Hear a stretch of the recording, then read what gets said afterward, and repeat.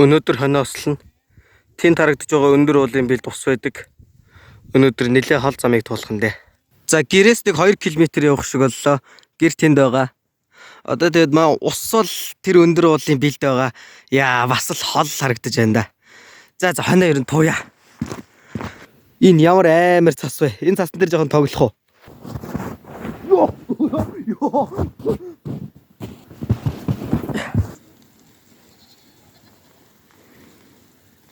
Цаг одоо 1 болж байна. Бараг л ирчлээ дээ. Одоо энэ нэг жижиг хар толгоогоор таваад цаашаа усанд орно.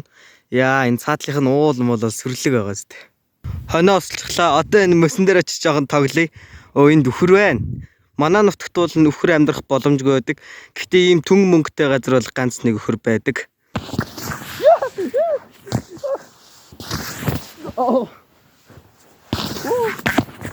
Ёстой амар халтирдсан байна. Одоо гэрлүүгөө явж байна. Гэр хүртэл ч бас хол байна да. Газрынхаа бараг талд нь орлоо доо. Тэд нэр одоо цуувж үлдээд явахгүй ма тэр нэг танхаа шихнүүд. Нар жаргаж байна. Нар жаргацсан чи сэрүүх хүн байх шүү. Сая манай ах ирээд намайг тосоод би одоо гэрлүүгөө харж байна. Харж сайхан эмээгийнхээ 9 цай хоолыг идэж уучаад тээж уу яна үзье. За тэгээд бичлэг таалагдсан бол лайк болон subscribe дараарай.